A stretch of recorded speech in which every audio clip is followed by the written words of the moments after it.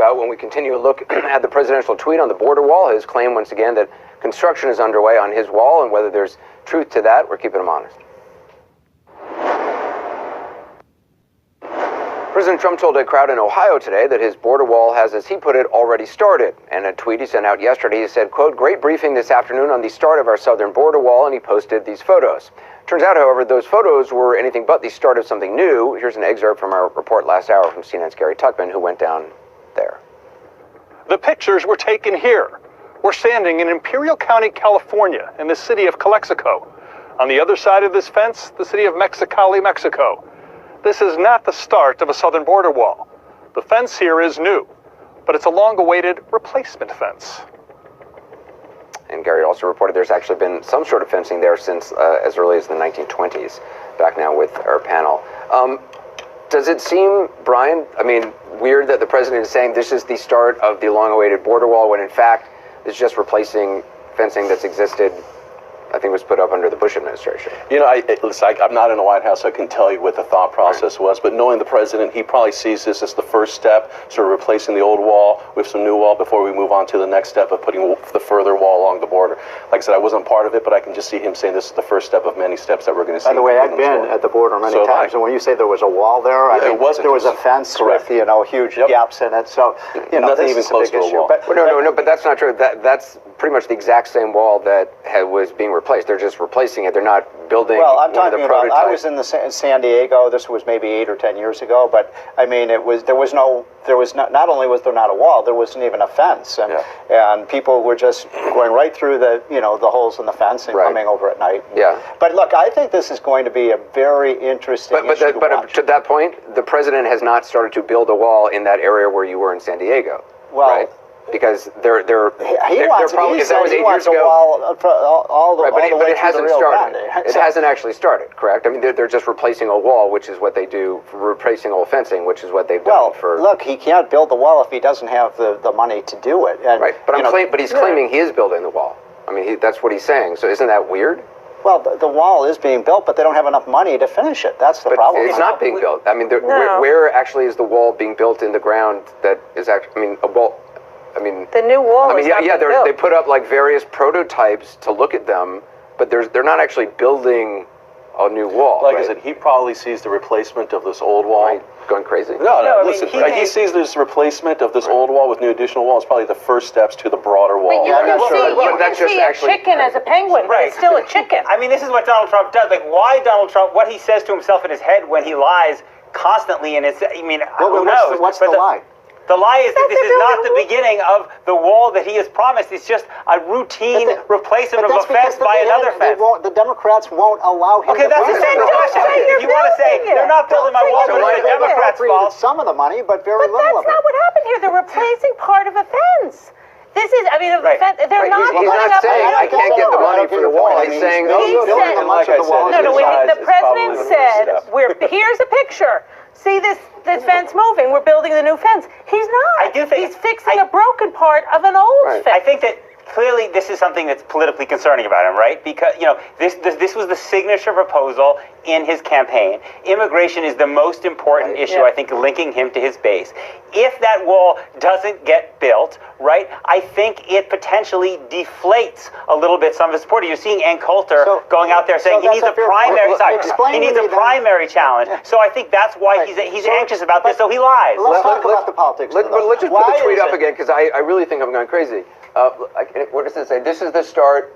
It says, great briefing this afternoon on the start of our southern border wall. This is not the start of the southern border wall. This is the pre-existing wall that's been there for a long time, and they're just... Well, he's fortifying it. But look, you talk about the politics of this. I just cannot figure this out. Why are the Democrats... We have a $4 trillion federal budget, right? $4 trillion. The Democrats, the only thing... I've been doing this stuff for so long on the budget, the only thing I've ever seen the Democrats not want to spend money on is a wall that will secure our border. Why is it? Why is this an issue? Because I thought Mexico was going to pay for it. Right. Well, I don't think that's going to happen, but we should have Congress run it. But nobody answers the question.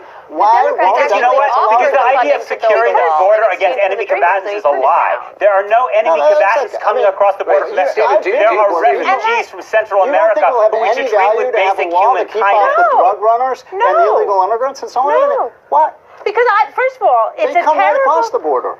It's a terrible immigration policy, and it doesn't speak to the real issues of immigration. Want it. I mean, actually, they don't. The American people want comprehensive immigration reform. Actually, voted for Donald Trump because he asked for a wall. He actually lost the popular vote. Well, because he competed for the electoral college. He won the presidency. We're going to talk about I guess for me, this is, but this is really more about. This is more just about lying. This is just. That's why I'm sort of curious about this, and it's actually the second time they've lied about this. Mick Mulvaney lied about this early on in the administration from the White House podium, where he held up pictures saying, stuff has started on the border, this is the beginning, when in fact, again, all they were doing was just repairing some old fences. This is what I wonder. The lying issue. Which they did if they did it under Obama, you wouldn't say, oh my God, Obama's building a new southern border wall. You're saying, oh yeah, Obama's repairing some fencing. Or George W. Bush, you'd say, oh yeah, he's repairing some fencing. Is that the one that Hillary supported? Because she did support a barrier between Mexico and the U.S. Well, I mean, if Clinton was president, I don't think you'd say she's building a border wall. You'd say, oh yeah, she's repairing fencing. I wish she would build a border wall. But Anderson, the bigger issue here really is, because we've devolved into a conversation about whether lying is lying, and then into policy about whether lying is lying, is that this president, his facts are just wildly irrelevant, and he'll say whatever he wants, whatever he needs, and then say those who disagree are fake news to try to keep his part of the base together. And it really is a disservice to the American people, and a real... No. The disservice lying is that a disservice. No, please, sir. Congress will not appropriate the money for the wall. This is not a question about that. This is a question about why is he lying to America. Stephen, you agree he's not telling the truth here? I honestly don't get your point. I mean, he wants a large sum of money to build a big, beautiful wall. He can tweet that out. Congress, the Democrats, Chuck Schumer and Nancy Pelosi. But he's not saying that. What he's saying is, we've begun. It's begun. But they have begun. They have begun fortifying the wall, but they don't have the funds. We were just down there. That's literally not a new wall. That's one picture. This is what's so disturbing. Like, this is the impact of Trump on you, right? Like, you've lost the capacity to understand a distinguish basic reality from falsity. Like, that's what's happening to our country as a result of this guy. Hold on, let me say something. No. We had the last administration look at the American people and say, you can keep your doctor. Was that a lie? It's something that... Yeah, it was a lie, and shame on them. Yep, it's a lie. Yeah. So I'm not saying Donald Trump's the first person to ever lie in office. Yeah. But it's just such a brazen one. Every other president. I don't know. That's what No, this is not. We're going to take a quick break. We're going to have a palate cleanser, some sherbet maybe. Coming up, some new CNN polling out tonight showing voters have predictions for the 2020 presidential election that may surprise you, maybe not. Also later, pilots saw something in the sky over the Arizona desert. The question is just what did they see? This freaks me out. Our story is out there tonight on the 360 Files. We have new CNN polling out about the presidential election in 2020. By a pretty significant margin, a majority of Americans believe President Trump will lose his re-election bid in 2020. 40% of those polled believe he'll win, 54% do not. As for who will get the most votes for the Democratic nomination, the pollster spoke to Democrats only. 84% are likely to support former Vice President Joe Biden, 75% for Senator Bernie Sanders, 68% for Senator Elizabeth Warren, 53% for Senator Kamala Harris, former Attorney General of California. There's also good news for the president in this. I mean, among his base, there is, he's doing very well, and they believe he is going to win. We should also point out for all these people who, say they don't think the president's going to win, they also probably didn't think he was going to win the last time around.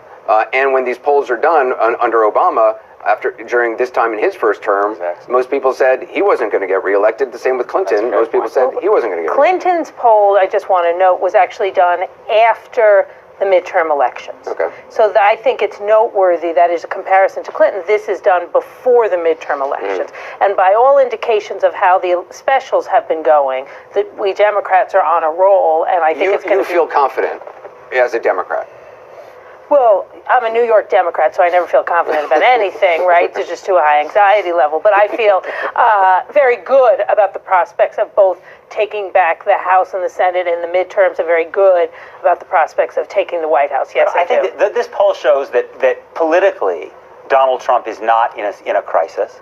I think what a lot of Democrats hope is that there will be a really bloody Republican primary in 2020, because if you look historically, presidents with tough primary challenges, Gerald Ford, George H.W. Bush, tend to lose in the general election. What this poll suggests is that I think there's not likely to be a serious primary challenge, because there's not a big appetite among Republican-based voters for an alternative to Donald Trump. Right. And that's why I think Donald Trump has a reasonable shot, as terrifying as it is to me, a reasonable shot of having a united Republican Party behind him, and a reasonable shot of getting reelected. It's so interesting if you look at these polls. I mean, if you ask, do you want Donald Trump to be reelected, you are going to see those numbers you just showed. The problem for the Democrats is, who is it? It was the same thing with Obama. I want somebody other than Obama, but when you actually put somebody up against Obama, I think you looked at that list. I mean, come on, give me Elizabeth Warren. If I could pick any Democrat in the United States I'd want to run against as a Republican, it would be Elizabeth Warren. She's not a likable person.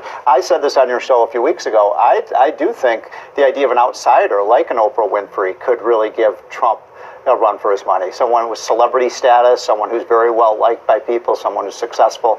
One other quick thing. Why isn't Liz Warren likable? Trump is not likable. Why? And it's so curious because women are almost always called unlikable when they're in power. Well, good. We agree. Then let's have her. I think I'm likable. I was called unlikable, and I think she's likable. So why, sir, do you think she's unlikable? Why do you think she's unlikable? She's cold. She's a cold fish. How do you know that? Have you spent a lot of time with her? Not a lot, but I take offense to that characterization. Well, she is. She is. And Hillary, that was the problem with Hillary. I mean, she was the opposite of Bill Clinton. It's remarkable how women tend to be like that. And Trump is a peach. He was a pretty good politician. You got to admit. That doesn't make him likable. Authentic. I think it's fair. I think you need to reflect on that. You've raised two women politicians and called them both unlikable. When I got involved with Donald Trump exactly 2 years ago, his chances of being president were 1 in 100 based on the odds makers. So that's a pretty amazing thing what he pulled off. And in that spirit, I think that those poll numbers in general, and I say this with love and affection for our colleagues in the polling unit, are meaningless. Yeah, of course. Meaningless. Yeah. And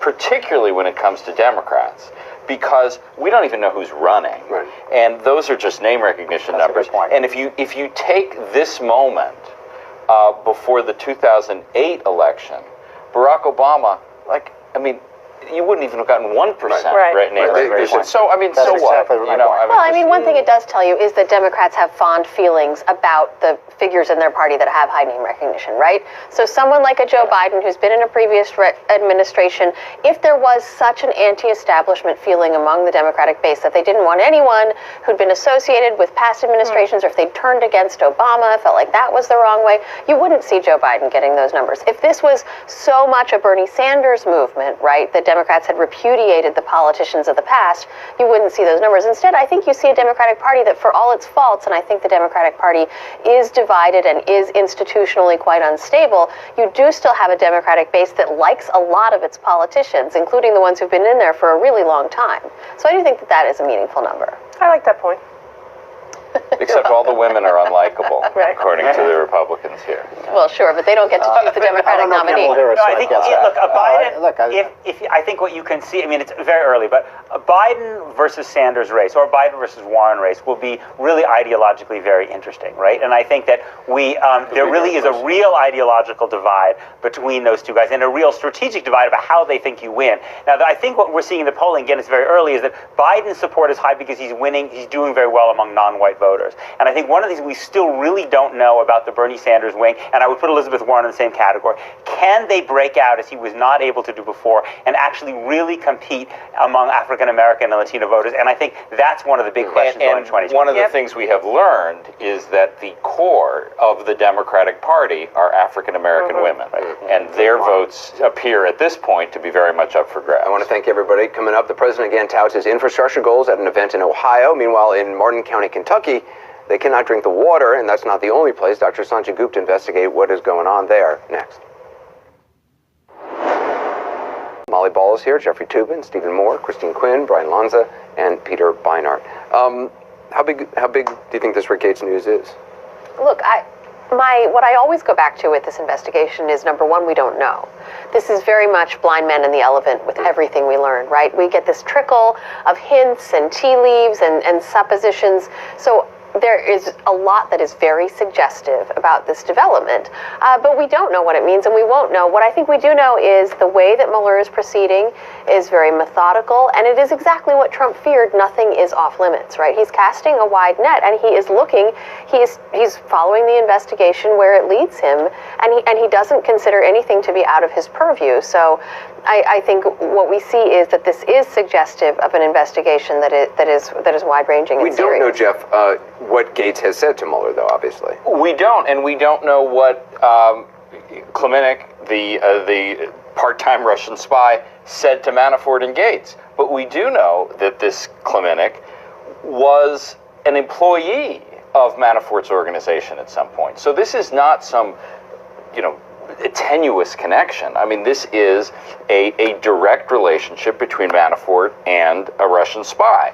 What that led to, what exchanges we had, I don't know. But, this is not like crazy talk. This is a real connection between Soviet spies and the campaign chairman for Donald Trump. Brian, one of the things that a lot of Trump supporters and people in the White House have said along is, after the Manafort indictments and after the charges against Gates, well, look, all this stuff happened a long time before the campaign, had nothing to do with the campaign. This seems to be, according to this, that Gates allegedly had contact with this individual while he was working for the campaign.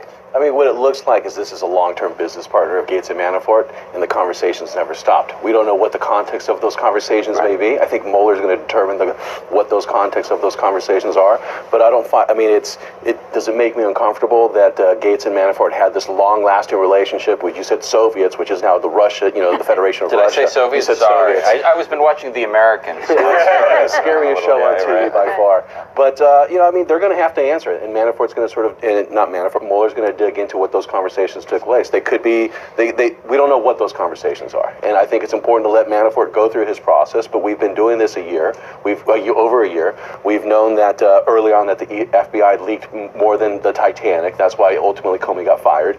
And we have very little tangible evidence that's shown any type of collusion. We have innuendo. We have a lot of partisan smoke, but we haven't seen that direct connection. You said Manafort to go through his process. I think you meant Mueller. Correct, right? Mueller, Okay. yes. Too many M's. I'm not really sure that's why Comey got fired, but I think from a political perspective, what's very significant tonight is President Trump, his supporters can no longer say that collusion has not come up at all. Right, that's been a real talking point. There's been all this investigation, all this partisan smoke, et cetera, and collusion, and it hasn't come up at all in the investigation. That, whether that was a true statement or not, you cannot make that statement anymore. Well, it's still an allegation. Yeah. There's no evidence. I mean, but what you and other Trump supporters and Trump have been saying is that show us the evidence. But right now, we don't know, as we all just said, what's going on. So you can't say there was collusion. No, that's not what I said. What you all have been saying is that the investigation has brought nothing up of collusion. Right. What we see now is an allegation of collusion, which you all would never even admit was part of it, and the investigation has now put that out there in a way you politically can try to deny. Why isn't the June 20th meeting collusion? You have an email from the PR guy saying the Russian government wants to help your campaign, and Donald Trump says love it, and they have a meeting. Yep. Isn't that collusion? And if that wasn't, or a desire for collusion, or willingness to collude. Not that collusion is illegal. Right, an It's much interest different than actually committing something wrong. I think what people forget about the Trump campaign and why some of these meetings were able to take place is what made us so successful was the fact that we were small. We were very entrepreneurial. We met with people that normal campaigns wouldn't traditionally meet with as an operator. Like volunteers who would never have access to who then have Steve pled Bannon. guilty and cut a deal with the independent prosecutor. For lying to We got to take a break. I'm here for Peter just when we come back and the rest of the panel. Also coming up, the president says the new border wall is on the way up. The question is, what do the facts say? We went down to that wall. We'll show you ahead. We're talking about the breaking news. Evidence obtained by CNN that Robert Mueller is not merely using Rick Gates to make a money laundering case against his former boss, Paul Manafort, but evidence in short that Mueller is aiming much higher than that. Back now with the panel. Peter, what do you make of this? And do you think there's any scenario under which Mueller does not interview the president? I mean, it seems likely that he would. I mean, what I find remarkable is every time the Mueller investigation does something else that shows how serious and professional these guys are, it reminds me that Trump doesn't really have a legal team, right? It's like you're playing tennis against Serena Williams, you don't have a racket, you know? And, you know, that makes me think that it's more likely that Trump's just going to try to fire him, because it doesn't seem to me that Trump has put himself in a position to really go toe-to-toe with these guys legally. And you know, if I were him, I would be terrified. But he's got, I mean, he'll be able, do you all believe he will be able to find some legal folks? Legal Zoom, baby. I think that's where he's going. That's where he's going. But I mean, it's so odd because, I mean, normally working for a president would be the pinnacle of somebody's career. Yeah, we're not in a normal area. and the combination of the fact that, you know, he doesn't listen to lawyers, he thinks he's smarter than lawyers, and he doesn't pay the lawyers he has, makes him a very undesirable client, combined with the fact that so many Washington law firms now already have clients in this investigation and thus genuinely do have conflicts of interest. But in a normal setting, if you can imagine one, the President of the United States would have less of a problem finding a lawyer. And I think if you think about the President's, on top of that, and the President's kind of psyche, he'll have some group of lawyers, right? Not the top-notch lawyers, not the lawyers you would want in a serious situation like this, but really they'll just be quote-unquote his lawyers, and he'll be his lawyer. And I could see something crazy happening like him going, which he's actually already said, I'm just going to go in and see Mueller. I'm going to do that investigation. I got nothing to hide.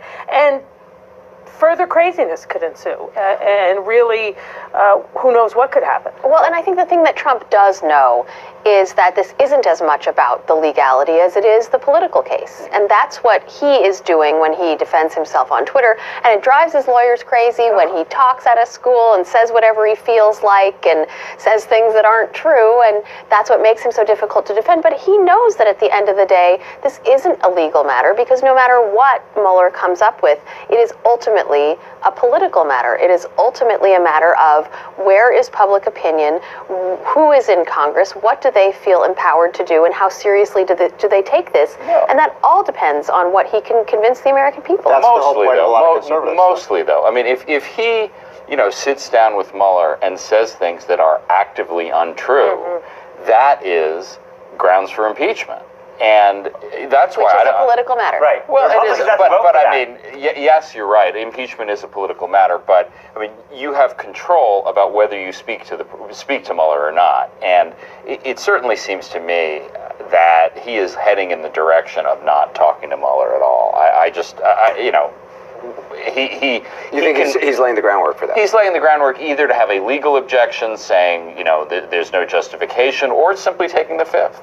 And saying, this is a bogus investigation, and I don't want any part of it. I think there's an inner conflict for Trump here. I really think there is a part of him that feels that he can talk anybody into anything, and he can talk himself out of any situation. And we've heard this from him before. His first instinct in the beginning was, I'm just going to talk to him. If Mueller has something on him, but he doesn't. I mean, that's the whole point. You guys, we've been talking about this week after week after week after week. It's been, how long has this been now? 14, 15 months? I mean, if I were Trump, I'd just say, look, you've got 3 more months. But why would we know? I mean, this is an ongoing investigation. Because it's been 15 months. I mean, how long? But it's not as if they're holding weekly press conferences where they're saying, here's what we have right now. But you know what? The FBI was leaking. I mean, no, this should have a...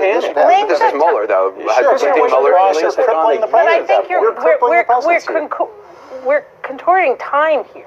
Time in an investigation conducted by someone with the stature of Mueller and the deep, deep team he has, time can indicate they're finding more and more. Not that they're finding a long time. nothing. I mean, there should be a statute of limitations on this. Well, you know what? The Democrats raised that during the Clinton administration. So, you know, so Mueller is above reproach. No, it's not payback. People did not do this under George W. Bush in the same way, right? The reason that people are doing this is because actually there's been real stuff that has come out, especially on the obstruction case, right? There's no question. We know that he said that he fired Comey over the Russia investigation, right? Certainly on the obstruction, I don't see how you can see that as just a fishing And people have pled guilty in this investigation. But nothing to do with the Russia investigation, most likely to do with I think previous Trump stuff and lying to the FBI on different matters. What is it, we'll know when it's done. And time and investigation. But now Mueller wants to go into Trump's financial dealings Mueller for 5 wants and to 10 go years. where the facts take him. That's what a good investigator does.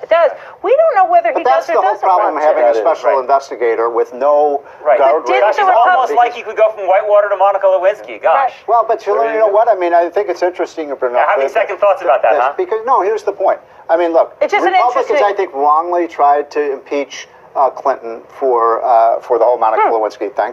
And you know what? One of the reasons that people didn't care about that was because the economy was booming under Clinton. I think the same thing is happening right now. I mean, the economy is booming. People feel great about the economy, and they don't want to have this investigation go on and on. So why they want are the president to Republicans do his losing thing. all these congressional races if people think the economy is so great? Well, I mean, there's no question the economy is booming. Why are you because they don't like Donald Trump. That's the answer. Somewhat Trump's behavior, but my point is, somewhat you're not going to be able to impeach a president. The reason Richard Nixon was impeached was, it was because the economy was horrible. I mean, if the economy had been booming, Richard Nixon never would have been impeached. Well, that is ridiculous. 15% inflation, and people didn't feel good about the way the country But that was a running. massive criminal enterprise. Well, show it. I mean, show it. I mean, this is. But I mean, it's been shown with Nixon. I'm not talking about Trump. I'm talking about Nixon. This is the way most conservatives feel like. Day after day after day, it's all these allegations. It's gone on for 14 months, and where are we on this? But you know what I think is just, I have to note, I mean, right? it's interesting. Where are we?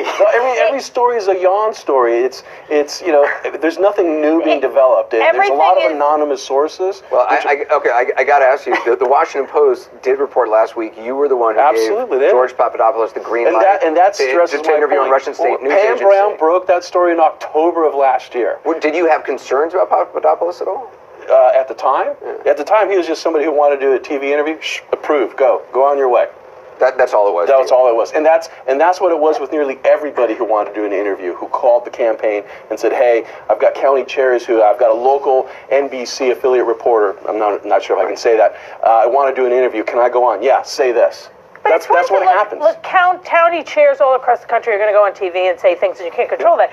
But he worked for the campaign. He didn't work for the campaign. He didn't have an email. He didn't have payroll. He didn't work. He was a volunteer on policy. He was an advisor announced on a campaign press release. Sure. But beyond that, I want to go back to the kind of. But he didn't work. He didn't get paid. He didn't have an email. He was an advisor. He was a volunteer advisor. Correct. No, he was an announced. I was on the campaign. He was a volunteer. He was an announced advisor by the campaign. You can recreate history as you're kind of recreating what happened under Clinton, and as you, sir, were kind of saying that's what happened with special prosecutors. But we've seen the Republicans demanding another special prosecutor. I don't think that's right. I mean, do you think this is good for the country right now? I think day after day after day to have all of our national attention on this, all of these allegations when we've got major problems in the country. I think that these sets of facts, having some connection and having questions around the White House, I think it is a terrible thing. But I think not getting to the root answers and potentially letting justice not be done is a worse thing for America. And I don't think Americans only care about the economy. So you think we should go on for 2 or 3 or 4 years or whatever? I think he should go the quality investigator that he is until he finishes investigation. All right, we've got to take a break. More to talk